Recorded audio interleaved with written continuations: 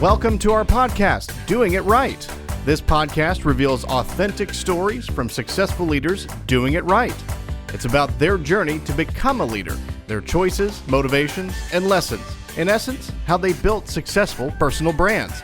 Your host is Valerie Sokolosky, author of 8 leadership books and nationally known as an authority on executive presence and personal branding. Let's get started. Here's Valerie.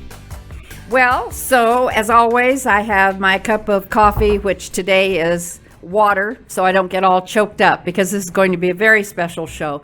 You know, some time ago when COVID was raging more than ever, more than now, obviously, I began doing a series of Facebook Lives. I called them Raising Your Hopeometer. And it was my intent to simply do that. I was out of the studio. I couldn't go in anymore. And I thought, I can't just let my audience just sit there. So I did a series of them for a while. I need to get back to it. But here's what I found. I found that not only me, but every single one of us need hope. The day we lose hope, oh my gosh. And so what I found with these Facebook Lives, as I give tips every time, was that people would email me usually later and say, Valerie, thank you for doing that. That really meant something. Well, today's show is really going to mean something because it is all about hope. So let me just introduce you. This is a story about a big dose of hope, no matter what the hardest challenge you've ever faced. Think about that for a minute. Just stop and reflect. What was the hardest challenge you are or have ever had in your life? With that in mind, I want to tell you about Dr. David Fajgenbaum. He was recommended to me because he was on a global webinar with a friend of mine talking about what he will today. We read about a lot of rare diseases. Well, he had one. You know, none of us want any disease, much less a rare disease. So listen up as I tell you about this. First of all, just who he is. Dr. Fajgenbaum is the co-founder and executive director of the Castleman, is the disease. Castleman Disease Collaborative Network, for short, CDCN. One of the youngest individuals to be appointed to the faculty at the University of Pennsylvania, and a national best-selling author of Chasing My Cure. So, here's what to start with I just want you to know, and then I'm going to shut up. David survived a fierce battle with a deadly disease, not once, 5 times. At 25 years old, he was struck suddenly with this Castleman's disease during his 3rd year at med school. Just prior to that, he was bench strengthening 375 pounds, playing football, healthy. They called him the Beast. Well, that brand turned out to be a bit prophetic because his disease tried to kill him 5 times. Each time it was harder. He'll tell you about that. Ups and downs that would have taken most of us out physically, if not emotionally. But then he got mad. The beast came out, and he decided he was going to fight. Welcome to the show. Valerie, thanks so much for having me. It's really special to be with you, and I so appreciate that introduction. Well, we've got a lot to talk about as I put this back in my ear, which comes out regularly. This happens, you know, on shows. We're just real. It humanizes you. David, I want you just to talk to us about your story, first of all. We'll get into a lot of the backstory. Just talk to us about what happened. Sure. So just as you shared, I went from being this healthy 3rd-year medical student. I had dreamed of becoming a doctor in memory of my mom, who had passed away just a few years before from cancer. And there I was, a 3rd-year med student, achieving or getting close to achieving that dream of becoming a doctor. And out of nowhere, I just became incredibly ill. My liver, my kidneys, my bone marrow, my heart, my lungs, they all just started to shut down for an unknown cause. I was immediately hospitalized. I was so sick that my doctors didn't think I would survive. And a priest came into my room and read my last rites to me because no one thought I was going to make it. I experienced failure of my organs. I gained 70 pounds of fluid. I had a retinal hemorrhage that made me blind in my left eye, thankfully temporarily. And I relied on medical technology to keep me alive. And as I shared, I was a medical student. So I hoped and I prayed that my doctors around me would figure out what this disease was and start treating me right away. The diagnosis was made just in time. Right before I nearly died for the second time, we finally diagnosed this condition. And unfortunately, though we now had an answer for what it was, there were no approved treatments at the time. And that would become the start of my journey, as you said, to look for solutions. I can't even imagine. So, how long have you been in remission? Well, there were a lot of ups and downs. So the diagnosis was made. I was started on chemotherapy. My disease is something called idiopathic multicentric Castleman disease. It's a rare disease that acts in many ways like a lymphoma and also in many ways like an autoimmune disease. And at the end of the day, all we could do was treat it with chemotherapy because no one really knew how to treat it. So I would get massive doses of chemotherapy. It would just destroy my immune system, but I would start to feel better. Unfortunately, I would feel better, and then months later, I would relapse again. And then I would feel better, and then months later, I'd relapse again. And chemotherapy was the only thing keeping me alive. I eventually got involved in research, and I realized, and there's a really important moment when I failed to respond to the only drug that anyone was studying for Castleman disease. And I learned that there were no more promising leads. And I told my dad, my sisters, and my girlfriend that I would dedicate my life to trying to find something that could save my life. And I started searching for treatments that could maybe help me. I started doing research on my own blood samples. And then I relapsed again, and it wasn't in time. I didn't find anything that could help me. But with my fifth deadly relapse of this disease, I started storing my samples. I knew that I needed to learn what was happening so I could run experiments on my samples. And it was that fifth time that I kind of caught my disease in its tracks. And I found a drug that's been around for decades. It had never been used before for Castleman's, but I decided to try it. It was my only hope. And now, to answer your question, now it's been a little bit over 7 years that I've been in remission. So, David, during that time, the ups and the downs, what was that like? How many ups and downs? How many times did you feel better? Maybe go home for a while, go back to med school, whatever, then go back. Describe that to us. Yeah, it was dizzying to go kind of back and forth between critical illness, where I would be in the intensive care unit with all of my organs shutting down, preparing to die, saying goodbye to my family. And then in a matter of months, I would be back to this healthy medical student, training to treat patients in memory of my mom. And unfortunately, months later, I'd be back in the ICU. And it was this back and forth that had happened a total of 5 times in about a 3-year period. And with each of those lows and even with each of the highs, I learned so many lessons about life. You mentioned earlier my book, Chasing My Cure, and I felt so compelled to write this book because I learned so many lessons about life and about living from nearly dying, lessons that I didn't know before I became ill, and lessons that I felt I needed to write on paper so that I could share with other people, so that you and others don't have to have your last rites read to you before you learn these lessons, and that you can just pick up a copy and read it without having to go through the months of pain, but also the many periods of happiness.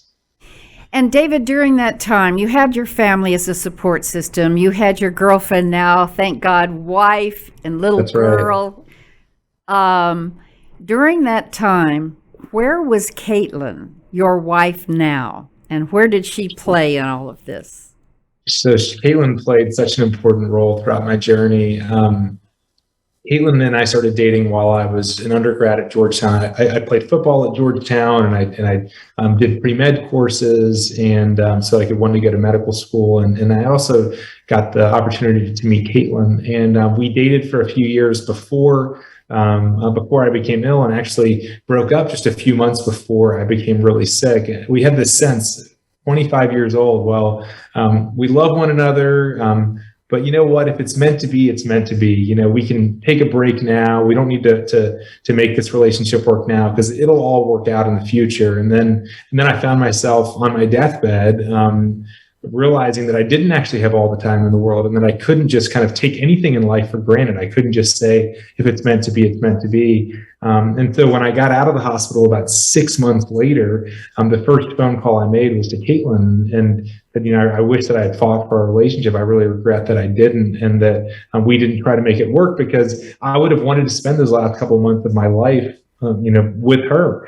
And thankfully, she felt the same way that I did. And we started dating again. And so now she was, very much a part of my journey, both in how I coped with the low points, but also in helping to create these wonderful memories around the high points. And really everything in between.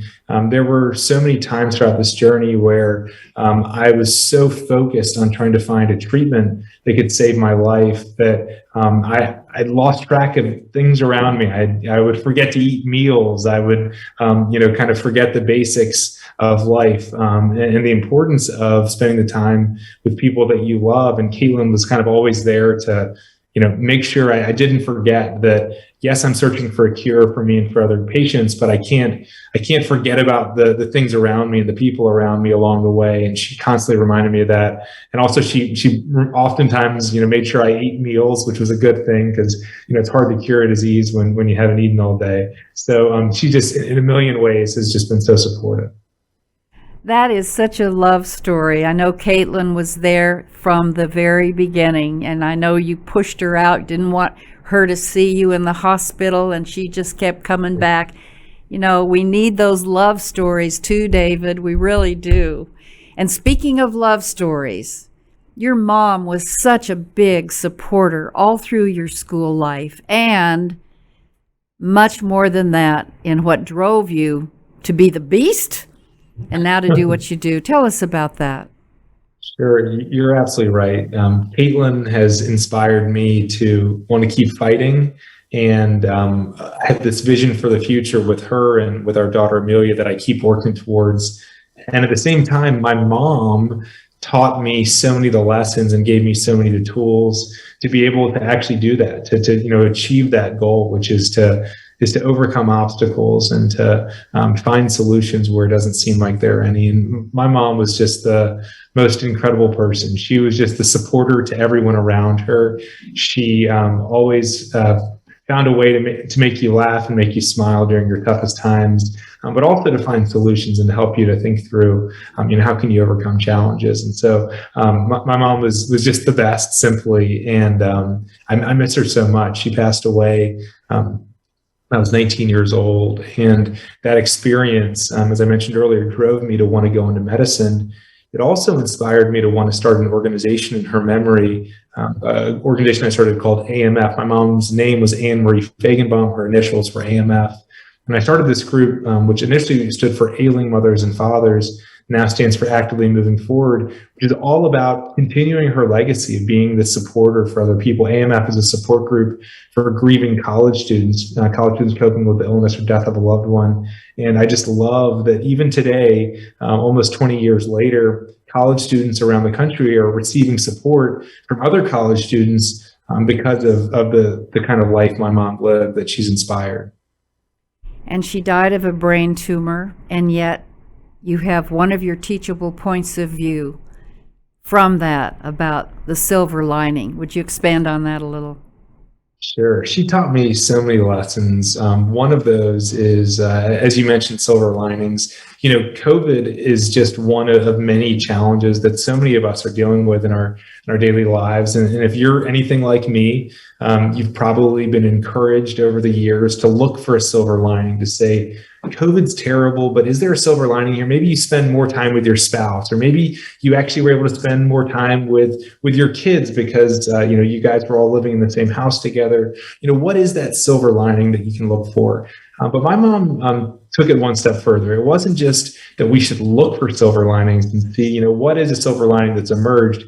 She always encouraged me to look to create silver linings. So that means that in the midst of COVID, you say, this has been awful, and it's a terrible pandemic, but what can I do? What can I create that can make something positive out of something just so horrible? And so starting AMF was an example of doing that for grieving college students when I was grieving my mom's passing. And then starting the Castleman Disease Collaborative Network was the way that I did that when I was first diagnosed and battling Castleman disease. But the work we've done during the COVID pandemic, I think, is another silver lining, where we've launched a project called the Corona Project, basically where we're following the same blueprint that I followed to find a drug that's saving my life, to find drugs that can save COVID-19 patients' lives.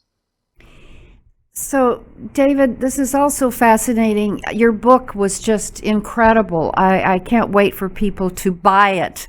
Chasing My Cure, which we'll talk about at the very end, how to do that. But when you talked about that, also, as we talked in a pre-interview, I loved what you shared about hope. You said there are three things, three T's that how you can turn hope into action. Tell us the three T's, please. Sure.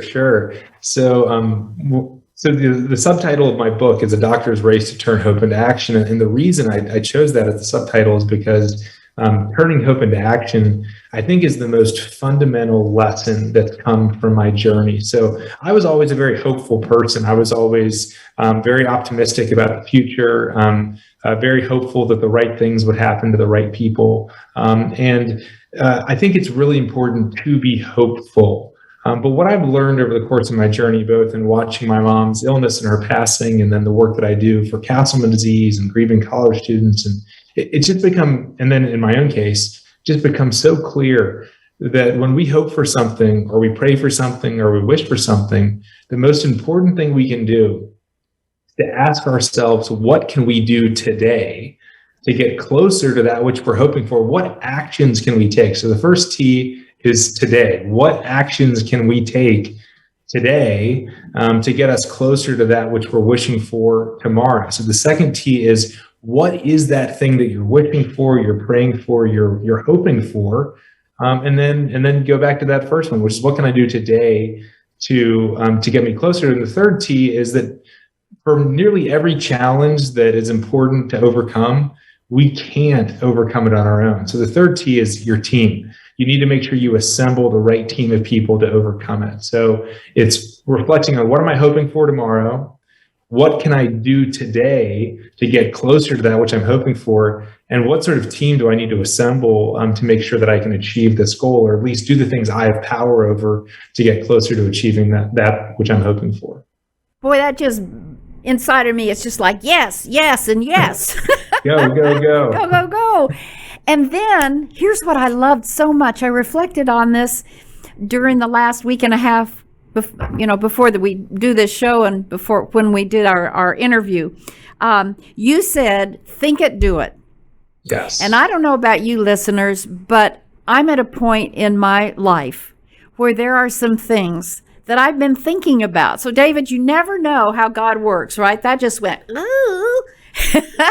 And so I read that, and I thought about it, and you talked about it, and I thought, for heaven's sakes, quit thinking about it, just do it. And that's what you did. But I want to go back to you being in the hospital, and you mentioned prayer. That was pretty much a miracle. Now you're at your fifth time, not to go back and rehash, but I can't leave this without talking about that fifth time, which was the miracle. You had people, relatives from Trinidad, you said, all over the world praying for you. How do you look upon that now? As, well, that was a miracle, or that was a second chance? How are you feeling about that now? You have this second chance. Yeah, it's a great question. It's so hard for me, or I think for any of us, to kind of wrap our heads around when things like this happen, where it's just so unlikely that I would survive or someone else in my position would survive, and then we do. It's hard, in particular for me, because I spend so much of my time trying to have the same thing happen for other patients, and they don't often survive. And boy, do they deserve that miracle just as much as I did, or more than I did. And it didn't necessarily come through for them. So it's hard for me to understand. I think hard for any of us to wrap our heads around these sorts of things. But of course, I'm so thankful that I survived each of those 5 deadly relapses. But now my life is dedicated to figuring out ways to make it so that other people survive through these awful things, and that it's not such a miracle for someone like me to make it, but it's standard for people like me to make it through these diseases, because we found more and more treatments that can save more and more lives. And so, thank you for that. When you said now you're dedicating your life, what about your experiments on yourself are leading you to what you're now doing and trying to repurpose, you said, all of this into what? Yeah. So as you mentioned, I'm alive, and we're talking today in part because of a drug that had never been used before for Castleman disease. That through my research and experiments I ran on my own samples, I thought this drug could work. I found that a part of my immune system was turned on too much, and I found that there was a drug that was really good at turning off that part of the immune system. And so I thought maybe that this could save my life. And so it's been a little bit over 7 years I've been on this drug. But this concept of, as you said, drug repurposing is something that does not receive nearly enough attention. And that's that when a drug gets approved to treat one disease, it oftentimes, the way that it worked to treat that disease, it could actually also work to treat other diseases, because drugs don't actually target diseases. Drugs target problems. They target cells and proteins and things in the body. And oftentimes those same problems that are important for Castleman disease may also be important for cancer, or vice versa. And so the important thing to think about, and what has just been such an eye-opener for me, I mean, I was already in the medical field when I got sick, yet I really did think that if a drug was approved for, let's say, 2 diseases, that it only worked for those 2 diseases and that it didn't work for anything else, because I assumed that if it could work for anything else, that it must have been studied or tested. And then I learned, from my own experience that there are drugs out there that can be effective for other diseases, but no one's figured it out yet. And so that's really what keeps me up at night, and what drives me to keep working is this idea of drug repurposing, which is to say there's about 2,500 drugs that are already approved for at least one thing. Let's figure out all of the uses for those 2,500 drugs in new diseases or existing diseases that no one's ever studied those drugs in. Just think about the number of lives that can be saved right away, just by doing the work, as opposed to the many years it takes to develop a new drug. And I think we have to continue to develop new drugs. I'm not saying we shouldn't, but I think we should make sure we take advantage of all of the drugs currently available to us. And that's what we're doing as part of the COVID pandemic. David, what are we close to? Is there something that you're finding it's coming? Yeah, so for COVID, absolutely. There's a drug called fluvoxamine, which is it's actually a treatment for obsessive compulsive disorder that looks to be really effective in patients in minimizing symptoms and preventing them from needing to be hospitalized. With COVID, that's very high on our list of promising drugs. A drug called baricitinib, that's an autoimmune disease drug that looks to be particularly effective in COVID patients who are in the hospital. Drugs like heparin, dexamethasone, tocilizumab, these are drugs that have been around for decades that are already saving COVID patients' lives. And so I think that we've got a ways to go to continue to find more and more drugs that are more helpful.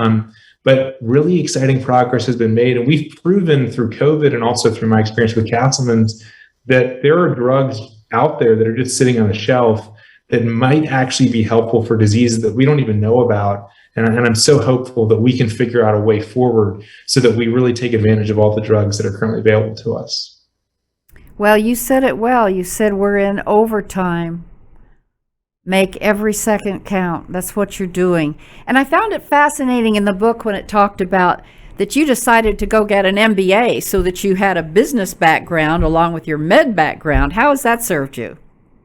It's been so helpful for me. You're absolutely right. So I was a 3rd-year med student when I got sick. I decided to take on Castleman disease and search for treatment and search for cures for my disease over the course of the next year. And I learned really quickly as I was chasing after my cure for Castleman disease that actually some of the biggest hurdles and challenges to find treatments really had nothing to do with medical technology or science. They were people just not working together. It was an issue of lack of collaboration, inefficient use of funding, inefficient use of scarce resources like patient samples. I mean, these were all kind of people problems, organizational problems. And so I thought that if I go to business school, and I was fortunate, I did medical school at the University of Pennsylvania, so I could go just down the street to the Wharton Business School and do an MBA there. And in the course of it, it was so great because I would be in lectures where they'd be giving a lecture about, let's say, Shake Shack or like a hamburger business, and they'd be sharing principles about how Shake Shack has been so successful. And there I would be taking notes about how I could apply something from Shake Shack to what we were doing to trying to find a cure for Castleman disease. And then I'd send about 15 emails to different members of my team and scientists to say, I think we need to do this, this, and this. And I didn't mention it was because Shake Shack inspired me, but that was the kind of thing that business school allowed me to do, is to learn from great examples in the business world of overcoming major problems and finding solutions and applying them directly to my search for treatments. That's awesome. Oh my gosh, you're not too bright, David.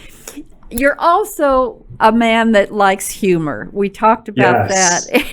And I mean, in the midst of everything you went through and now the serious work that you're doing, can you remember anything funny that you can share with us in your past experience in med school? Sure. So during my really tough times, and I think that I didn't appreciate this before I became sick, but during my toughest times, I found that laughing with the people I love is exactly what I've needed. Laughing with my dad, my sisters, with Caitlin, it's helped me to get through some really tough times. And the first experience that immediately comes to mind that makes me laugh is I had spent almost 6 months in the hospital. I had gotten multiple rounds of chemotherapy to save my life, and I'd lost all of my hair. I was bald from the chemo. I had this huge belly because my liver and my kidneys weren't working, so I had fluid kind of all over my body. I looked like I was about 9 months pregnant, and it was New Year's Eve 2010, and my dad and I decided to go for a walk. It was about 8 p.m. that night around the hospital, and as we passed the family waiting room at this hospital, we saw that there was a gentleman who had been drinking on New Year's Eve. He was like very clearly drunk. He was kind of like swaying in his chair. And in our next lap around, we saw that this gentleman had fallen on the ground. He was so drunk, he had fallen out of his chair. And so my dad ran over and helped him back into his chair. And he looked at my dad and I, he said, "Thanks so much. Good luck to you and your wife." We were like, "Wife? What is he talking about?" And then I looked at my belly and I realized that he thought that I was my dad's pregnant wife and that we were walking laps in the hospital to prepare to deliver our child. And you can imagine that could have created tears and been this low point emotionally. But I turned to my dad, I said, "Man, Dad, you've got an ugly wife." And we just laughed so hard. And that was, if someone had confused me as my dad's pregnant wife, maybe at some other point in my life, certainly before I became ill, I probably would have been pretty depressed about it. I'd been like, "Man, that's pretty bad." But I think that, in the course of the ups and the downs of my journey, I learned that sometimes you just have to laugh at some of these really, really tough experiences. But it's not laughing at them, it's really laughing with the people you love that I think is so important. And I have to laugh. I mean, that is funny. It is funny. And you've seen the pictures, because I know you've seen in the book, there are literally pictures of me with this huge belly. And you can kind of appreciate how someone would have thought that I was my dad's pregnant wife. Oh, well, speaking of your book and the pictures in your book, how can we get your book? I am going to share one thing with the audience. We know we can get your book. And if you will just use this code to the word Valerie, just the code word Valerie, and send it to what? Me, David? To you? Sure, absolutely. So Chasing My Cure is available everywhere books are sold. But if you'd like a signed copy of Chasing My Cure, yes, please send an email to Valerie with the code word Valerie. Valerie, if you want to share a good email address for you, then we can certainly give you the opportunity to get a signed copy of Chasing My Cure, which I'd be thrilled and honored to sign. That would be awesome. Don't miss it. I'm telling you, I couldn't put it down. And almost every page had something that just kind of hit inside. And I think that's the miracle of David's work now. He wrote a book that's not only interesting to people who are going through diseases or hard times, it's interesting to you and me. I found it so. So don't forget Valerie at valerieandcompany.com. The code word is Valerie, and he will sign your book. Now, David, how can people get involved in your work? What can we do for you? Sure. There's a few ways to get involved. The first would be to go to chasingmycure.com. At chasingmycure.com, you can learn about the work that we're doing around drug repurposing, the way we're trying to change the way that research is done on a global scale. You can go to cdcn.org/corona if you want to follow the work we're doing specifically for COVID-19. And also back at the chasingmycure.com website, you can find all of our social media handles so you can follow along on a daily basis. As Valerie knows, we try to give a lot of updates on the progress we're making for COVID, the progress we're making for Castleman's, just generally how we're trying to change the way research is done, and along the way inspire people to live life according to these really important lessons that have really stood out over the course of my journey. So we would love for you to check out those websites, to support the work that we're doing, and help spread the word about it. Listen, folks, this is Disease Central, where you can actually follow and read about and feel like you're a part of what's happening, because you can see it on Facebook. You can see what he's doing. You can read about it.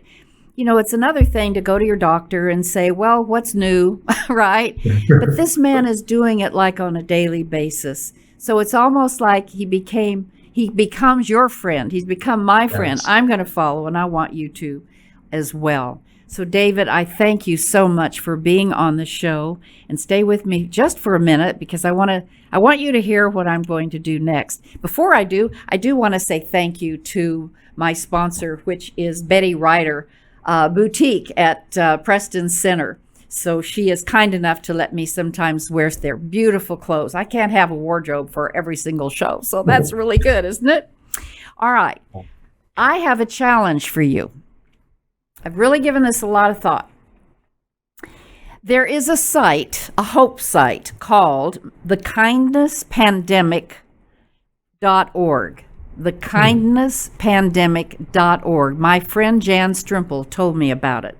It's on Facebook. It was started by Dr. Catherine Barrett in 2020 to just support us as we're going through stuff, to give us hope. And it was established, listen to this, on the 14th of March, 2020, and it grew to 500,000 members in 2 weeks. Well, Wow. Does that tell you that we need something all the time to give us hope? But it's different than that.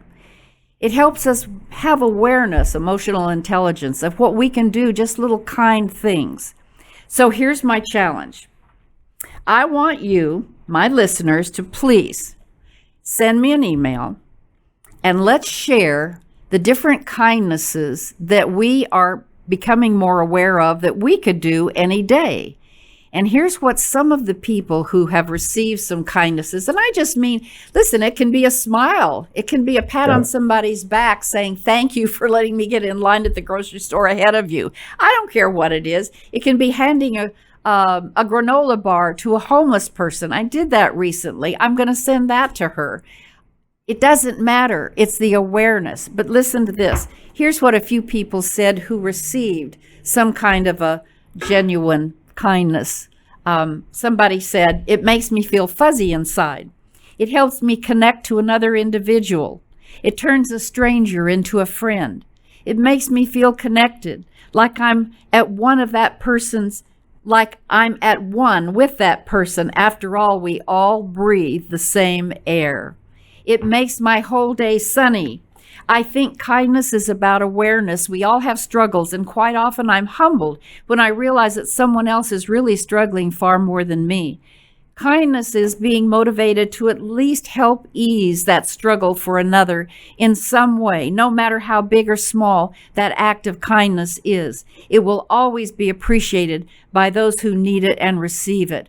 I want to start this challenge, listeners.